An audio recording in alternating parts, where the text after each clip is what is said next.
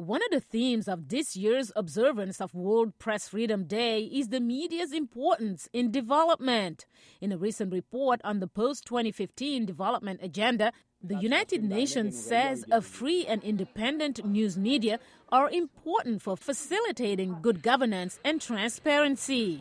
Mark Nelson with the Center of International Media Assistance says the media are a critical element in development. As economies get more and more sophisticated and as they work more effectively, they need information to propel the decisions and the choices that people make every day. Information is absolutely critical. So if that information is good information, you have a much better chance of making the right decisions. Nelson says there are tangible ways to show that a free media can contribute to eradicating poverty.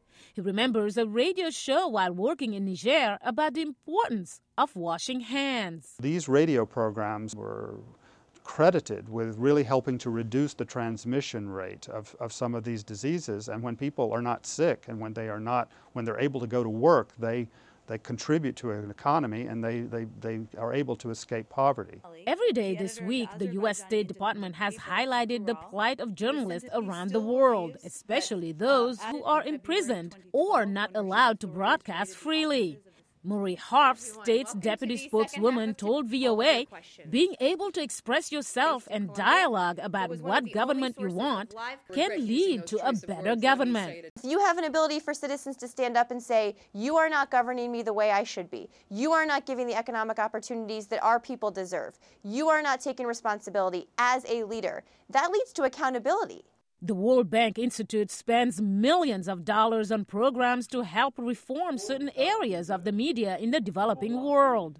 Jeff Tindwa, its social accountability manager, talks about a program named Open Data Bootcamp for journalists. This is a program that takes journalists and civic leaders through training in how to access budget data, public spending data, how to interrogate that data, how to clean up that data, how to interpret that data, and then how to use it to effectively ask the questions that need to be asked. There is a direct link between an open government and a capable media and development outcomes.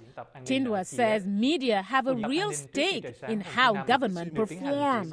They can be given capacity to monitor, for accountability, to reduce corruption, to report back to citizens, and to help build an engaged citizenry.